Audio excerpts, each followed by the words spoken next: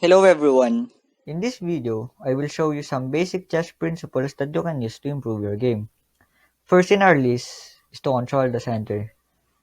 You should always take note of these four squares here to control the center. Moves such as h3 or a3 is not effective since they do not exert pressure on the center of the board. Rather, you should always try to move something like e4 or d4 to control these squares here. Now, if white goes something like e4, which is commonly used, then black can defend it by moving to e5, d5, or the Scandinavian Defense, or c5, or the Sicilian Defense. Now, if black does not want to contest the center and he moves something like h6, then we can take advantage of that and move our pawn to d4. In this case, we have now controlled the center. Now, if black again moves to something like a6, we can see here that white has many great opportunities to develop his pieces. Moves such as knight to gf3, knight to gc3, bishop to c4, and bishop to f4. But in black, he cannot develop his bishop since it is blocked by these two pawns in here. Second in our list, Is to develop the minor pieces. The minor pieces are known as the knights and the bishops.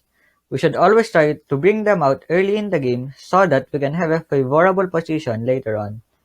As for white here, he has now developed all his minor pieces and is now ready to castle to bring out some action. While for black, he still hasn't developed all of his minor pieces and are stuck in the board, which is a disadvantage for him. third on the list, Is don't bring out the queen too early. I will show you a scenario where black will bring out his queen too early and led to a disadvantage for him. It starts with white to e4 and black to d5. This is commonly known as the Scandinavian Defense, and sometimes grandmasters use this, but I do not recommend using it if you are still inexperienced in playing chess. For the continuation, pawn takes pawn and queen takes pawn.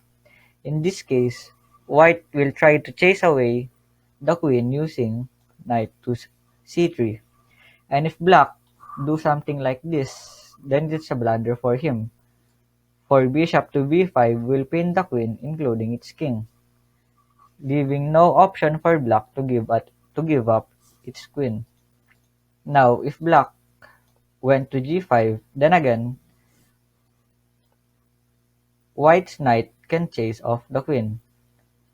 And if you can notice here, white has already developed two pieces while the black hasn't yet developed any of the minor pieces, and this is a disadvantage for him later in the game. So I do not recommend you to bring out the queen too early in the game.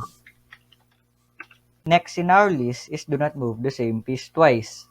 I will show you an example where a piece is moved twice. Moreover, this is the boundary of white's territory while this is the boundary of black's territory. So if you move your knight to b5 where you entered the black's territory, a natural response would be a6 to prevent you from entering its territory.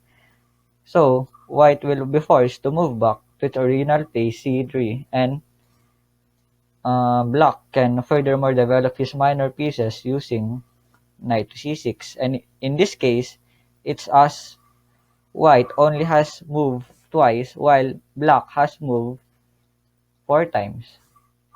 So it is a disadvantage now for white. Last in our list is to develop the major pieces. The major pieces are the rooks and the queen. To finally develop the major pieces, we need the rooks to connect to each other. In this case, we just need to move the queen and castle either to the queen side or to the king side. I suggest you to castle oppositely where the enemy castled for the reason that you can push these pawns to attack the enemy's king. Whereas, if you castle to the same direction, you can push these pawns because it lessens the safety of your king. to summarize it all, We just need to control the center, these centers, Avoid the queen to bring out early in the game and instead develop these minor pieces first. Avoid moving the same piece twice, and finally develop these major pieces by connecting the rooks. So in this formation, white is now ready to attack the black's formation.